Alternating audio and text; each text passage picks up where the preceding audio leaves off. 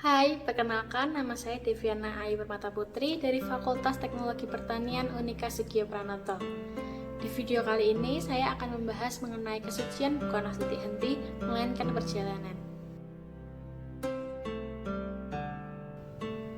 Kesucian berasal dari kata suci yang dalam bahasa Indonesia memiliki arti yang bermacam-macam. Kata suci bisa berarti bersih, tidak bernoda, tidak berdosa, tidak bercela dan murni. Sinonim dari kata suci adalah kudus. Memahami kesucian dalam perspektif kekristenan harus didasarkan pada apa yang dikemukakan dalam Alkitab. Dalam bahasa Ibrani, ada banyak kata yang dapat diterjemahkan sebagai kata suci. Namun dalam pembahasan kita kali ini, kata yang paling tepat diterjemahkan sebagai kata suci dalam bahasa Ibrani adalah nikayon, yang berarti bebas dari dosa atau bersih. Kata suci dalam pengertian agama berkenaan dengan keadaan seseorang yang tidak melakukan pelanggaran terhadap tatanan agamanya. Dalam hal ini, kata suci berkaitan dengan hal yang berhubungan dengan hukum. Berbeda dengan kekristenan, kesucian menunjuk pada keadaan di mana seseorang mampu melakukan persekutuan dengan Allah karena sesuai dengan kesucian Allah. Ini bukan hanya mengenai keadaan seseorang tidak melakukan pelanggaran tentang hukum, namun juga mereka dapat sepemikiran dan seperasaan dengan Allah. Bagi anak-anak Tuhan, kesucian dalam hidup bukan hanya berpusat di dalam kitab suci, tetapi juga di dalam hatinya. Artinya, dalam hati manusia merupakan sumber di mana hidup dalam kesucian itu dapat terjadi. Kesucian hidup yang dipahami dari kitab suci harus ditransfer dalam kehidupan kita sehari-hari. Jadi bukan hanya kitabnya saja yang dianggap suci, sedangkan perilaku hidupnya jauh dari kesucian. Kata suci di sini menunjuk pada keadaan hati yang terpelihara dari kejahatan dunia. Hati yang terpelihara dari pikiran-pikiran negatif seperti iri hati, kepahitan, mendendam, dan lain sebagainya.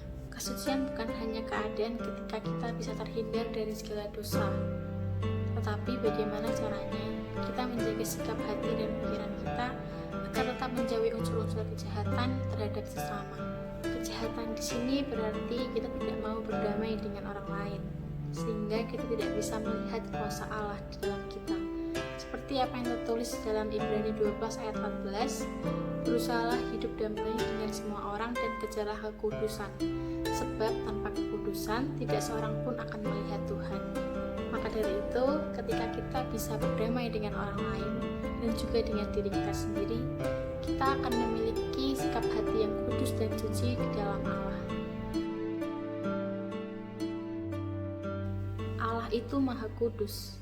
Maka dari itu, Ia memerintahkan kita semua anak-anaknya untuk hidup dalam kekudusan. Seperti apa yang tertulis dalam 1 Petrus 1 ayat 16, kuduslah kamu sebab aku kudus. Kita sebagai manusia, kita bukan merupakan makhluk yang sempurna, dan kita tidak bisa mencapai kekudusan dan kesempurnaan Allah. Lalu bagaimana caranya kita bisa hidup kudus? Itu terlihat dari sikap dan perbuatan kita sehari-hari. Misalnya, kita mengikuti kehendak Allah, seperti yang ditulis di dalam 1 Tesalonika 4 ayat 3, inilah kehendak Allah supaya kalian hidup kudus untuk Dia, suci, menjauhi segala perbuatan yang cabul. Berkenaan dengan hal ini, terdapat dua macam pengudusan. Yang pertama adalah anugerah keselamatan atau pengudusan oleh darah Yesus. Ini adalah pengudusan semua kesalahan yang telah, sedang, atau akan kita lakukan ke depannya. Tuhan Yesus telah menjamin pengampunan atas segala kesalahan dosa yang kita lakukan dengan mati di atas kayu salib. Yang kedua adalah pengudusan dengan firman. Melalui firman, kita diubah terus untuk menjadi manusia Allah yang memiliki kekudusan seperti apa yang Allah kehendaki. Oleh karena itu, pemahaman tentang iman yang benar haruslah membawa pertobatan dan perubahan dalam diri kita masing-masing. Hal ini merupakan transformasi nilai di mana iman harus terbukti dan terlihat dalam perbuatan yang nyata, bukan hanya di dalam kitab suci dan di dalam pikiran kita saja. Seperti yang tertulis dalam Yakobus 2 ayat 17, demikian juga halnya dengan iman. Jika iman itu tidak disertai dengan perbuatan, maka iman itu pada hakikatnya mati. Oleh karena itu, perwujudan dari iman yang benar akan membawa kita pada kekudusan yang dikehendaki oleh Allah. Sekian video kali ini. Semoga setiap pelajaran yang berharga dapat kita wujudkan dalam kehidupan kita sehari-hari. Tuhan Yesus memberkati.